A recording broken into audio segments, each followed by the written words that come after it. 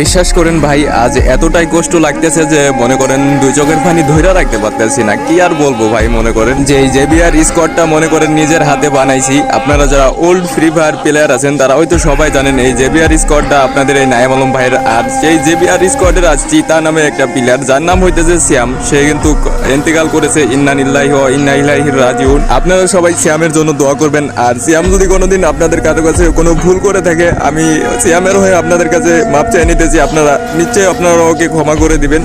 তো কিছুদিন আগে আমি আপনাদের মাঝে একটা পোস্ট করছিলাম যে টুর্নামেন্টে আবারও কামব্যাক করতে চলেছি, তবে এবারের কামব্যাকটা হবে আগের থেকে অনেকটা ভয়ঙ্কর রূপে, যা দেখে তোমরা সবাই অনেকটাই চমকে যাবা।